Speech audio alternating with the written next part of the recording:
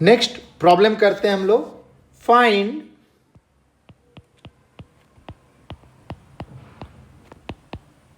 The 30th term of the sequence whose sum to n terms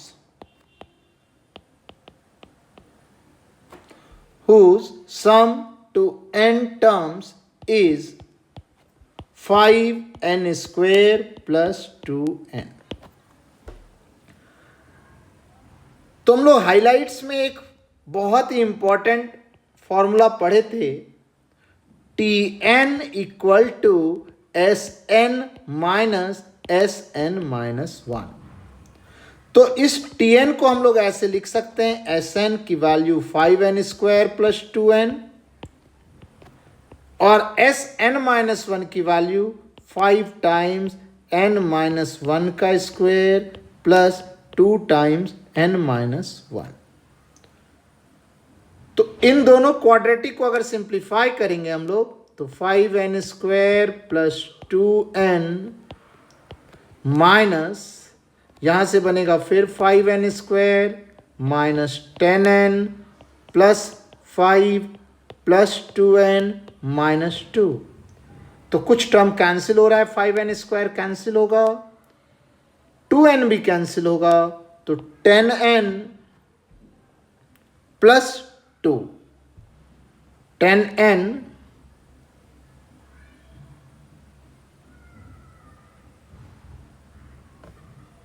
10n ये वाला और ये 5 माइनस 2 प्लस 3 तो माइनस 3 आ जाएगा, 10n माइनस 3, Tn का वैल्यू आ गया 10n माइनस 3। अब हम लोग n की वैल्यू पुट करते हैं तो हमारा जो सीरीज आएगा इससे n इक्वल टू 1 पुट करेंगे तो 7, n इक्वल टू 2 पुट करेंगे, सेकेंड टर्म आएगा 20 माइनस 3 17, 3 पुट करेंगे 30 माइनस 3 27, 10 का डिफरेंस है। हमसे यहाँ 30th टर्म पूछा जा रहा है तो a 7 plus n-1 30 minus 1 and d is 10। तो 7 plus 29 into 10 that is 290 plus 7 is 297। ये आंसर आ जाएगा। तो इसमें इंपॉर्टेंट हमने Tn equal to Sn minus Sn-1 का फॉर्मूला यूज किया है। Next problem,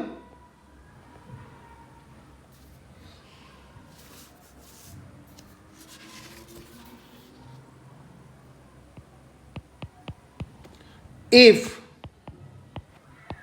log 2 to the base में 3 है, log 2 की power x minus 5 same base 3 and log 2 की power x minus 7/2 same base 3 are in AP, find x।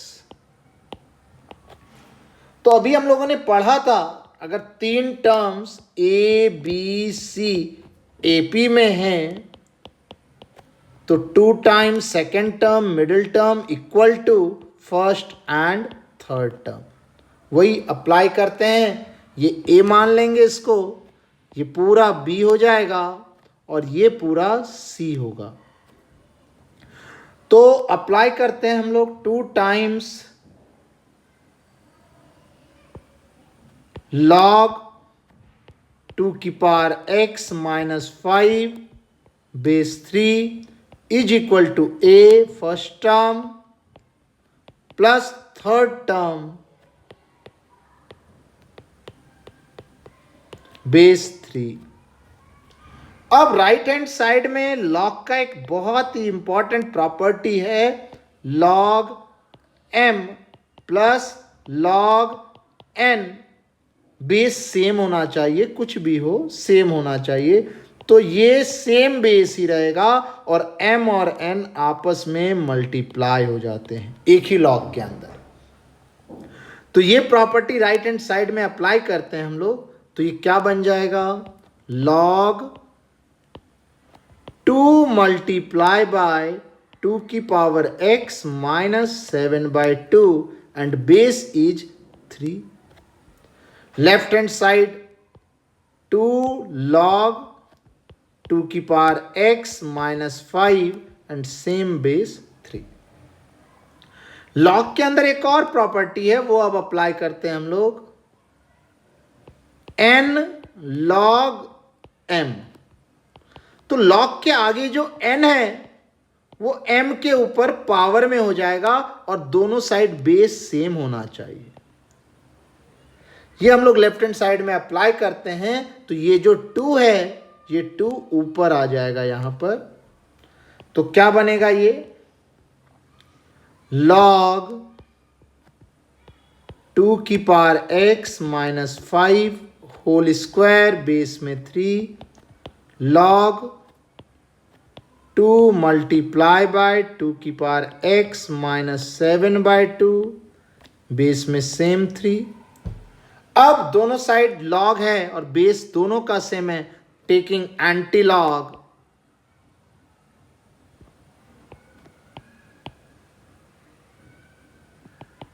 Both sides. Antilog लिखने के बाद लॉग को हटा देते हैं और 2 की पावर x माइनस 5 का whole square is equal to 2 times 2 की पावर x माइनस 7/2। अब इसको सॉल्व करने के लिए हम लोग एक काम करते हैं, 2 की पावर x को एक बार t मान लेते हैं।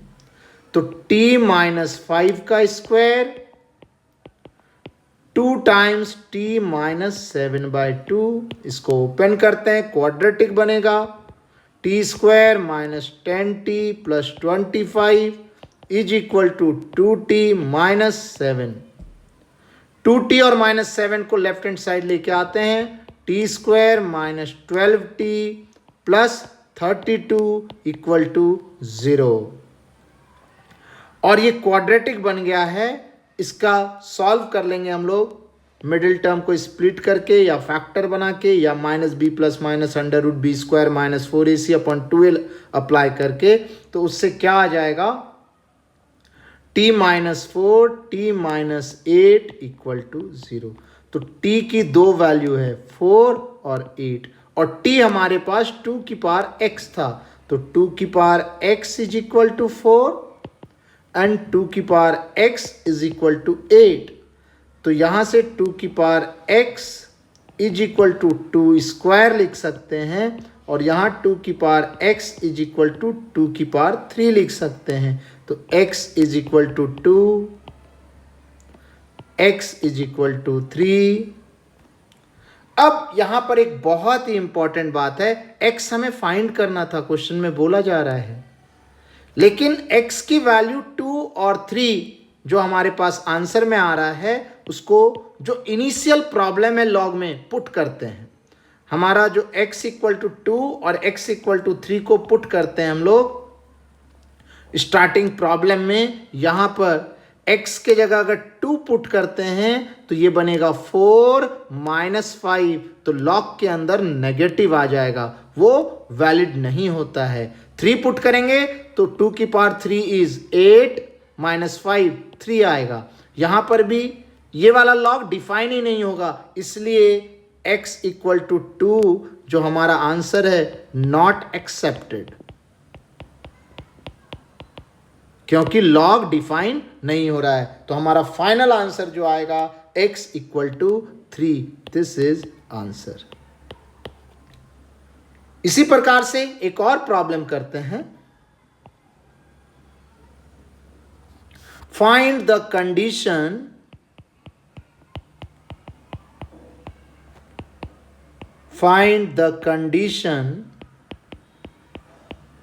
that the roots of the equation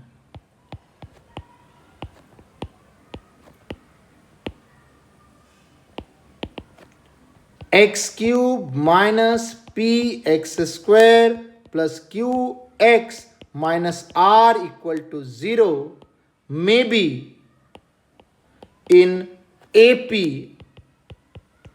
and hence solve the equation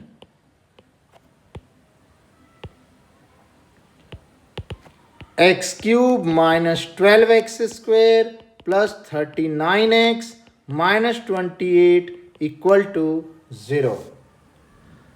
अब इसमें क्या करेंगे, हमें ये क्यूबिक इक्वेशन गिवन है, तो क्यूबिक इक्वेशन के अंदर जो रूट्स होंगे वो 3 रूट्स होंगे और बोला जा रहा है वो एपी में है, में भी लिखा है लेकिन वो एपी में मानेंगे हम लोग।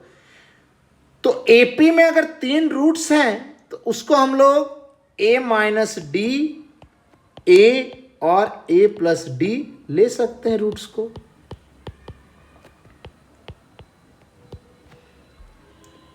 अब इसमें जो sum of roots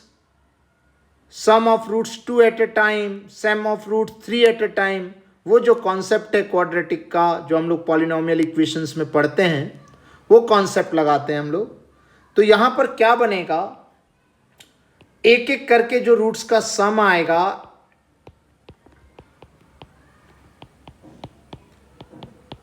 this is equal to minus B by A, तो minus of minus P, P हो जाएगा। दो दो करके लेते हैं हम लोग, A minus D, A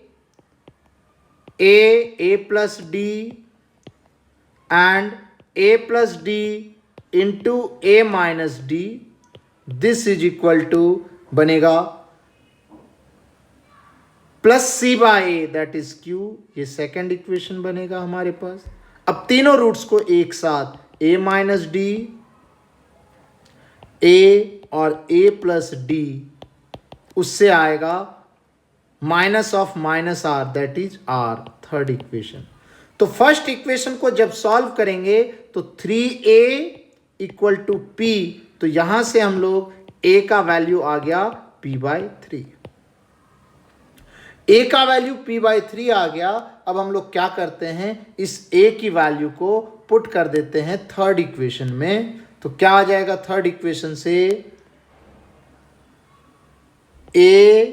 third equation से a into a square minus D square equal to r बनेगा।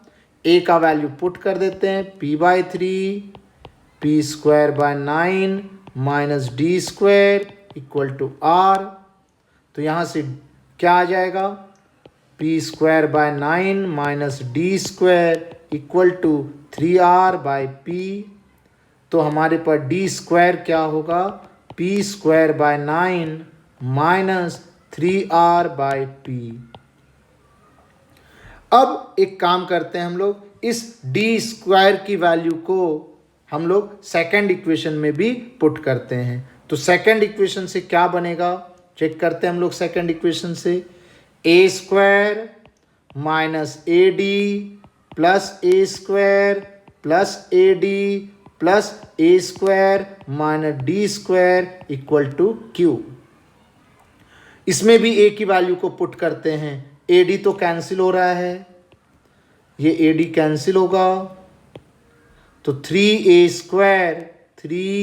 स्क्वायर, ए की वैल्यू है p/3 माइनस डी स्क्वायर को राइट हैंड साइड भेज देते हैं, minus q equal to d square. ये second equation से डी स्क्वायर आया और ये थर्ड इक्वेशन से डी स्क्वायर आया, दोनों डी स्क्वायर को इक्वेट कर देते हैं, वही हमारा कंडीशन हो जाएगा।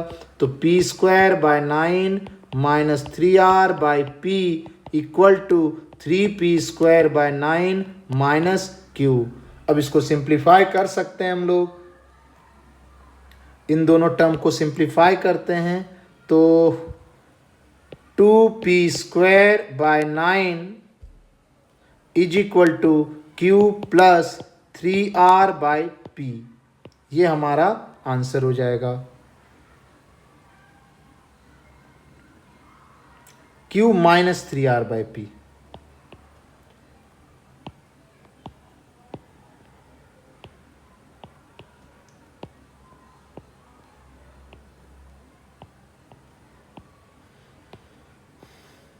Q माइनस 3R/P, ये हमारा कंडीशन आ जाएगा।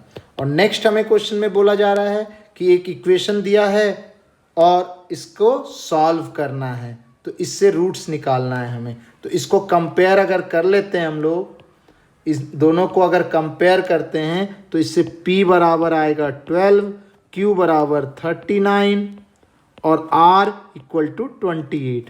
तो एक कंडीशन यहाँ पर अगर पुट करते हैं, A की वैल्यू कितनी हो जाएगी, P/3, A हो जाएगा P/3 दैट इज 4, 12/3, और D स्क्वायर कितना होगा, पुट कर देते हैं, D स्क्वायर आ जाएगा यहाँ से P square by 9, 12 square by 9, 144/9 minus 3R, R का वैल्यू 28 बाई P 12, 28/12। तो ये D स्क्वायर क्या बनेगा, 16 माइनस 7, तो D स्क्वायर इक्वल टू 9, तो D इक्वल टू +-3। तो जो रूट्स आएगा इससे, A का वैल्यू 4 आ रहा है और D का वैल्यू +-3, A 4 आया और D आया +-3, तो A माइनस D करेंगे तो 1, A करेंगे 4, 7। अगर माइनस, ये तो D इक्वल टू 3 से आया और D इक्वल टू -3 लेते हैं तो 7, 4 और 1, रूट्स सेम ही आएंगे दोनों से। ये D इक्वल टू -3 से आया और D इक्वल टू 3 से आया, तो रूट्स हमारे फाइनल आंसर रूट्स हो गया 1, 4 एंड 7। That's it.